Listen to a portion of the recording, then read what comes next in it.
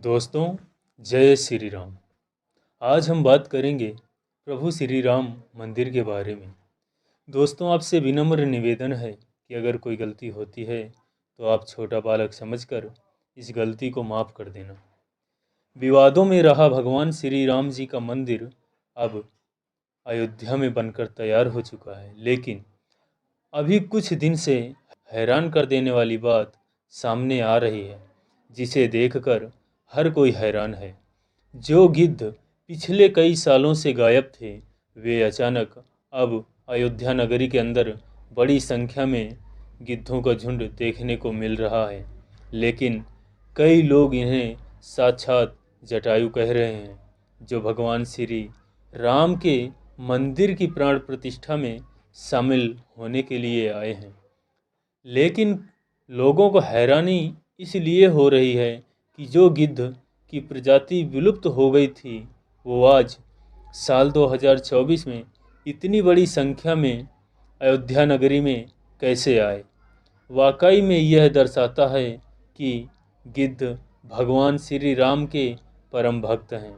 साल 2000 के बाद इतनी संख्या में आए गिद्ध और अयोध्या नगरी में पहुंच जाना वाकई में भगवान श्री राम का चमत्कार माना जाता है।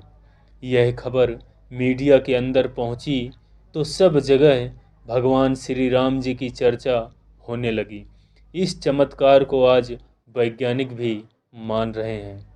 आज की इस वीडियो में हम बताएंगे कि भगवान श्री राम के मंदिर के बनने के समय क्या क्या चमत्कार हुए, जिसे आप सुनकर चौंक जाएंगे।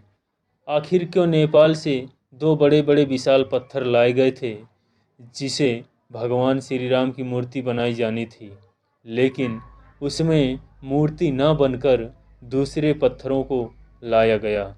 दोस्तों, जिस वक्त का इंतज़ार पूरा भारत देश कर रहा था, अब वह घड़ी आ गई है। अयोध्या नगरी में भगवान श्री रामचंद्र जी का मंदिर बनकर तैयार हो चुका है। 22 जनवरी को रामलला की प्राण प्रतिष्ठा की जाएगी, लेकिन उससे पहले ही चमत्कार के ऊपर चमत्कार देखने को मिल रहे हैं। सबसे पहला चमत्कार तब हो गया जब लोगों को अचानक विलुप्त हुए गिद्ध आसमान में उड़ते दिखाई दिए। प्रभु श्री राम जी के भक्तों का कहना है कि राम मंदिर की प्राण प्रतिष्ठा के कारण ही गिद्ध आए हैं, क्योंकि पिछले कुछ सालों में यह प्रजाति विलुप्त सी हो गई थी। लेकिन राम मंदिर की प्राण प्रतिष्ठा के नज़दीक आते ही अयोध्या के आसपास बड़ी संख्या में गिद्ध आ गए। लोग इस करिश्मा को देखकर पूजा भी कर रहे हैं, क्योंकि गिद्ध ऐसा प्राणी है जो भारत से विलुप्त हो चुके थे। ऐसे में प्रभु श्री राम की प्राण प्रतिष्ठा से पहले ही गिद्ध कैसे आ गए। ऐसे में लोगों की भगवान श्री राम के प्रति आस्था और बढ़ गई है। अब इतनी बड़ी बात तो कोई संयोग नहीं कह सकता है, लेकिन कुछ समझदार लोग रामायण के होने पर ही सवाल करते हैं।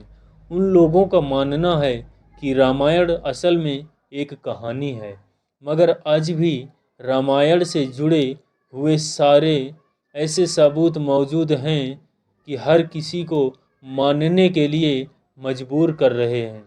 भगवान श्री राम ने जो पुल बनाया था लंका जाने के लिए, वह आज भी मौजूद है। उसे वैज्ञानिकों ने भी माना है। वैज्ञानिकों ने उसे देखकर यह भी कहा है कि यह कोई प्राकृतिक नहीं है, बल्कि यह इंसानों द्वारा बनाया गया पुल है।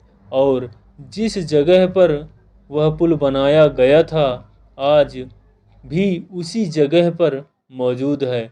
उस समय भगवान श्री राम जी अपनी शक्ति से पत्थर को पानी के ऊपर तैरा दिए थे, और उन तैरते हुए पत्थरों से होते हुए वानर सेना लंका गई थी। दूसरा सबसे बड़ा सबूत रावण की लंका है, जो आज भी मौजूद है। और यह चमत्कार भी बहुत बड़ा सबूत है कि जटायु गिद्ध प्रजाति से ताल्लुक़ रखते थे। वही जटायु जो भगवान श्री राम जी के परम भक्त थे। दोस्तों, जटायु और भगवान श्री राम के बारे में रामायण में भी कई बार हमें जिक्र मिलता है। त्रेता युग में जब भगवान श्री राम अपने पिताजी के वचनों का पालन करते हुए वनवास चले गए थे, तब पंचवटी में भगवान श्री राम जी की पक्षीराज जटायु से मुलाकात हुई थी। पक्षीराज जटायु माता सीता को अपनी पुत्री के समान मानते थे। दरअसल जब रावण माता सीता को हरण करके ले जा रहा था, तब जटायु ने ही दशानन रावण को सीता माता की रक्षा के लिए युद्ध किया था। वही जटायु जिन्होंने अपने पंखों से रावण को घायल कर दिया था। इस संघर्ष में जटायु ने अपने प्राणों की आहुति दी थी। छत्तीसगढ़ के दंडकारण्य में गिद्धराज जटायु का मंदिर है। यह वह स्थान है जब सीता का अपहरण करके रावण पुष्पक विमान से लंका ले जा रहा था, तो सबसे पहले जटायु ने ही रावण को रोका था। राम की राह में जटायु पहले पक्षी थे जो प्राण दिए थे। राम कथा में प्रसंग आता है कि जब जटायु के भाई संपाति ने कहा कि मेरे पंख कमज़ोर हैं मगर आँख दूर की चीज़ देख सकती है, इसीलिए मैं सीता जी को अशोक वाटिका में बैठी देख रहा हूँ। इसलिए लोग साक्षात जटायु के वंशज मान रहे हैं। दोस्तों, अयोध्या नगरी के अंदर ही भगवान श्री राम का जन्म हुआ था, जिसका जिक्र वाल्मीकि के रामायण में भी है। सालों तक चले राम राज्य के बाद जब श्री राम ने जल समाधि ले ली तो अयोध्या नगरी सूनी सी हो गई। पौराणिक मान्यताओं के अनुसार उज्जैनी के राजा विक्रमादित्य जब यहाँ आखेट करने आए तो उन्हें बंजर भूमि पर कुछ चमत्कार दिखाई देने लगे और राजा ने खोज की तो पता चला कि यह श्री राम की जन्मभूमि है। उसके बाद उन्होंने यहाँ पर श्री राम के भव्य मंदिर का निर्माण कराया, जिसमें काले रंग के कसौटी पत्थर वाले 84 स्तंभ थे।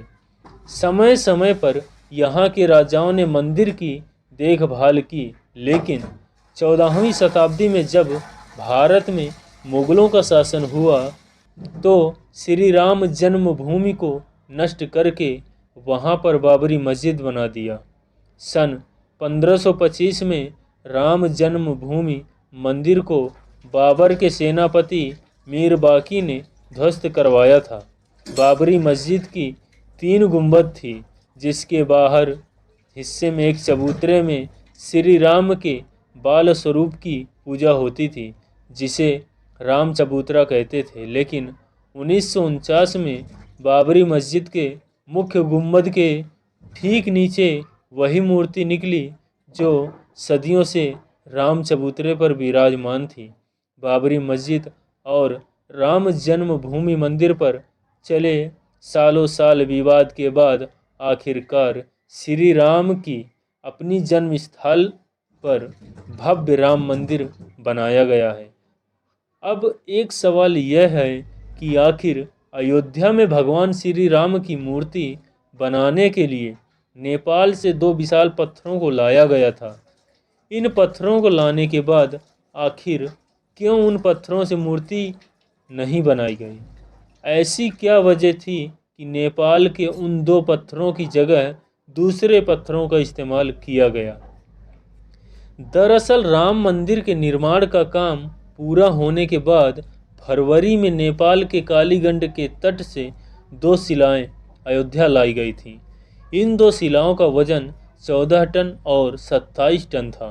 शुरुआत में इन शिलाओं से राम मूर्ति बनाई जाने की बात सामने आई, लेकिन बाद में पता चला कि इन शिलाओं को राम मूर्ति बनाने के लिए उचित नहीं पाया गया है। भारतीय मीडिया में छपी कुछ खबरों के मुताबिक इन पत्थरों से मूर्ति नहीं बनाए जाने की एक वजह राम मंदिर से जुड़े संतों की ओर जताई गई आपत्ति थी। खबरों के मुताबिक कुछ संतों का मानना था कि इन पत्थरों को मूर्ति निर्माण में इस्तेमाल नहीं कर सकते, क्योंकि कालिंदी की चट्टानों को तोड़ा नहीं जाना चाहिए, क्योंकि वे शालिग्राम के बराबर है। हालांकि अयोध्या पहुँचे नेपाली प्रतिनिधियों के मुताबिक इन शिलाओं की तकनीकी जांच के बाद मूर्तिकारों ने कहा कि ऐसी शिला से मूर्ति बनना संभव नहीं है। इसके बाद दूसरे पत्थरों से मूर्ति बनाई गई। नेपाली प्रतिनिधियों के मुताबिक 27 टन वजनी पत्थर पर मूर्ति बनाने की कोशिश की गई थी, क्योंकि 14 टन वजनी शिला को शालिग्राम माना गया था, लेकिन 27 टन वाली शिला भी उपयुक्त न पाए जाने के बाद दोनों शिलाओं को राम मंदिर निर्माण स्थल के पास रखा गया है। भारतीय मीडिया के मुताबिक राम मंदिर के गर्भगृह में रखने के लिए देश के अलग अलग जगहों से लाए गए पत्थरों से 3 मूर्तियां बनाई गई हैं। इनमें से सबसे अच्छी मूर्ति का चयन कर उसे गर्भगृह में स्थापित किया जाएगा। दोस्तों, अयोध्या में विश्व का सबसे बड़ा विशाल मंदिर बन रहा है। लोग बेसब्री से इसका इंतजार कर रहे हैं। राम मंदिर के कुल 67 एकड़ ज़मीन है, जिससे 2 एकड़ ज़मीन में मंदिर बन रहा है। पहले मंदिर के मुख्य शिखर की ऊंचाई 128 फीट थी, अब यह 161 फीट होगी। 5 गुंबद और एक मुख्य शिखर होगा। वैसे तो साल 2020 में ही काम शुरू कर दिया गया था। प्रधानमंत्री नरेंद्र मोदी जी ने 5 अगस्त 2020 को अयोध्या में राम मंदिर की आधारशिला रखी थी। साल 1992 में बाबरी मस्जिद को ढहा दिया गया था। इसके बाद हिंदू पक्ष और मुस्लिम पक्ष के बीच इलाहाबाद हाई कोर्ट से लेकर सुप्रीम कोर्ट तक लंबी कानूनी लड़ाई चली। इसके बाद नवंबर 2019 में ऐतिहासिक फैसला सुनाया गया और आदेश दिया गया कि अयोध्या में विवादित जमीन पर मंदिर बनाया जाए। इस फैसले में यह भी शामिल था कि केंद्र सरकार मस्जिद निर्माण के लिए सुन्नी वक्फ बोर्ड को उनकी 5 एकड़ की ज़मीन उपलब्ध कराएं। दोस्तों, आप इसे लेकर क्या सोचते हैं? कमेंट बॉक्स में ज़रूर बताएं। जय श्री राम।